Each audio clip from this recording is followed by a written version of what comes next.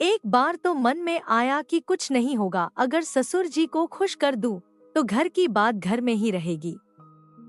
फिर मैंने दिल पर पत्थर रखकर उनका न्योता मन ही मन कबूल कर लिया। वह मेरे कमरे में आए और बोले, क्या हुआ, तुम चली क्यों आई? कोई बात है तो बताओ। क्या रमेश के बिना दिल नहीं लग रहा है? मैं हूँ। क्या बात है, किस चीज की कमी है? मैं वह कमी पूरी करने की कोशिश करूंगा।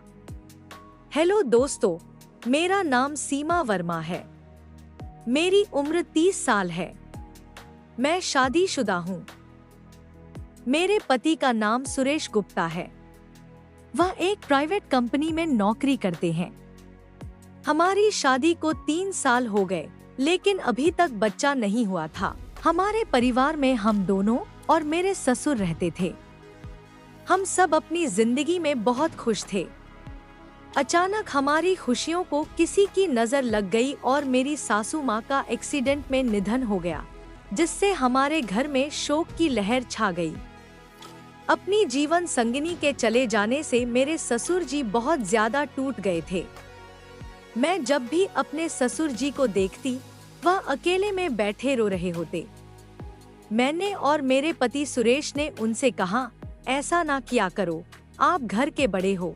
हमारी बात सुनकर वो कुछ पल के लिए चुप हो जाते थे, लेकिन अकेले में फिर से रोने लगते। इस तरह से 5 महीने निकल गए, लेकिन बाबूजी के लिए अपनी पत्नी को भुला पाना बहुत कठिन था। हमने उन्हें कुछ समय के लिए हमारी बनारस वाली बेटी के घर भेजा, क्योंकि अक्सर यह देखा गया है कि जब हम घटनास्थल से दूर हो जाते हैं, तो घटी हुई घटना कुछ पल के लिए भूल जाती है। वे मेरे ससुर जी 1 महीने के करीब वहाँ रहे, लेकिन वैसे ही रोते रोते घर वापस आ गए। उनमें कोई बदलाव नहीं आया। मैंने मेरे ससुर में खास बदलाव देखा कि वह मेरे शरीर को घूरते थे, या यह कह लो कि टटोलने की कोशिश करते थे। मेरा दिल कर रहा था कि पति को फोन करके सारी बात बता दूं। फिर सोचा कि अगर मेरे पति मेरी बात पर यकीन नहीं करेंगे, तो मैं क्या करूंगी। मैं चुप हो गई। पहले तो मुझे लगा कि शायद मेरा यह भ्रम होगा, लेकिन एक दिन तो हद ही हो गई। मैं बाथरूम में जा रही थी। वहाँ पहले से ही मेरे ससुर जी अंदर थे और दरवाजा अंदर से बंद था। मुझे अंदर से अजीब सी आवाजें आ रही थी। मैं सोच रही थी, बाबूजी इतना समय वहाँ क्या कर रहे हैं? मुझे लगा कि वह कभी भी बाहर आ सकते हैं। इतना सुनते ही मेरी हालत खराब हो गई और मैं अपने बेडरूम में आ गई। पहले तो मन में ख्याल आया कि फोन करके सारा मामला अपने पति को बता दूं। उस रात मुझे नींद नहीं आई। बार बार यही बात परेशान कर रही थी। मेरे पति ने मुझसे प्यार से बात की, लेकिन मैंने मन नहीं है कहकर मना कर दिया और सारी रात जागते हुए ही निकाल दी। सुबह मेरे पति शहर से बाहर 4 दिनों के लिए एक मीटिंग में चले गए। अब मैं और बाबूजी ही घर पर थे। मेरा डर के मारे एक एक पल बरसों जैसा गुजर रहा था। मैंने पूरा दिन घर का काम किया और पिछली रात को नींद न आने के कारण अब नींद ने घेरा डालना शुरू कर दिया था। मैं वैसे तो साड़ी पहनती हूँ, लेकिन गर्मी के कारण कुछ दिनों से सलवार कमीज ही पहन रही थी।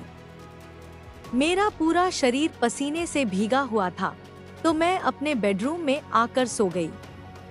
दीवार घड़ी में दिन के 4 बज रहे थे। मुझे पता ही नहीं चला कब मेरी आंख लग गई। आधे घंटे बाद मैंने महसूस किया कि कोई मुझे हाथ लगा रहा है। पहले तो मुझे लगा शायद सपने में मेरा पति है। अचानक से हड़बड़ाहट में उठी और अपने कपड़े ठीक किए और पूछा, बाबूजी, आप यहाँ? कोई काम था क्या? बाबूजी बोले, बहू, चाय पीने का दिल कर रहा है, इसलिए आवाज लगाई थी। तुमने कोई जवाब नहीं दिया, तो मैंने देखा कि तुम सो रही थी।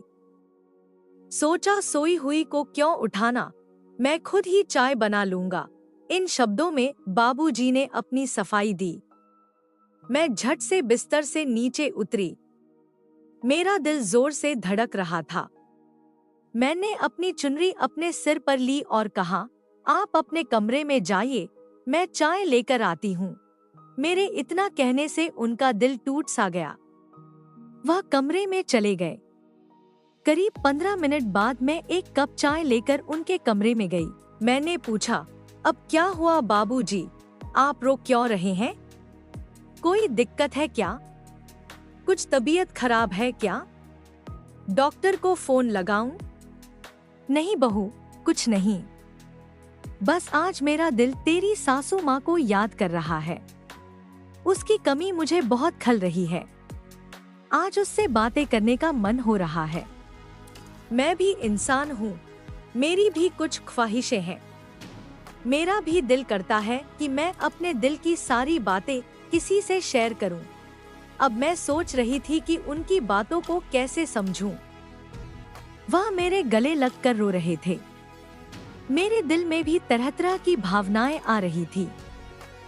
उन पर दया भी आ रही थी और उनकी उम्र में दोबारा शादी भी नहीं हो सकती थी। फिर यह ख्याल भी आया कि इस उम्र में शादी करना अनर्थ हो जाएगा और हम किसी को मुंह दिखाने लायक नहीं रहेंगे। इससे बेहतर यही है कि घर पर ही इसका हल हो जाए। एक बार तो मन में आया कि कुछ नहीं होगा, अगर ससुर जी को खुश कर दूं, तो घर की बात घर में ही रहेगी। फिर मैंने दिल पर पत्थर रखकर उनका न्योता मन में ही कबूल कर लिया। मैंने उनसे कहा, आप आराम करें। उन्होंने बनियान के नीचे धोती की तरह एक तौलिया लपेटा था। मुस्कुराए और मैं उनकी इस हरकत से मुस्कुरा दी थी। उन्होंने भी हटके मेरी मुस्कुराहट का जवाब दिया। अगले दिन जब मैं उनके कमरे में गई तो देखा कि रात को शायद तौलिया लपेटकर ही सो गए थे। मैंने हल्के से दरवाजे को धक्का दिया तो देखा ससुर जी बनियान पहनकर सो रहे थे। उनकी इस हरकत से मुझे सुबह सुबह बहुत गुस्सा आया, लेकिन मैं कुछ नहीं बोली, बल्कि अपने कामों में व्यस्त हो गई। करीब 1 घंटे बाद वह आए और बोले, बहू, जरा सा तेल गुनगुना करके ले आओ, मेरे सिर में दर्द हो रहा है। मुझे उनकी नियत तो पहले ही पता चल गई थी, लेकिन कोई ठोस सबूत न होने के कारण मैं कुछ कह नहीं सकी। फिर भी मैंने कटोरी में तेल गर्म करके लाई और उन्हें दिया। बाबूजी बोले, बहू, पीछे कैसे लगाऊंगा? तुम ही यह कष्ट कर दो। इतना बोलकर वह आंगन में पड़ी खाट पर लेट गए थे।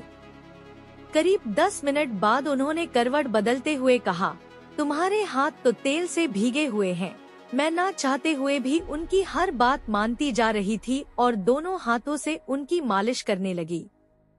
मैं सोच रही थी कि शायद सासू माँ जिंदा होती तो यह सब मुझे नहीं करना पड़ता। जब मेरा बुरा हाल है, रमेश के बिना तो बाबूजी कैसे रहते होंगे? बाबूजी को माँ के बिना 10 महीने से ऊपर हो गए हैं। मैं यही सोच रही थी और सब कुछ छोड़कर अंदर भाग आई। उठकर मेरे कमरे में आ गए और बोले, क्या हुआ? तुम चली क्यों आई? कोई बात है तो बताओ। क्या रमेश के बिना दिल नहीं लग रहा है? मैं हूँ ना, बोलो क्या बात है या किस चीज की कमी है? मैं तुम्हारी वह कमी पूरी करने की कोशिश करूँगा। ऐसी और भी इंटरेस्टिंग कहानियाँ सुनने के लिए हमारे चैनल को सब्सक्राइब करें और हाँ, वीडियो को लाइक करना मत भूलना। धन्यवाद।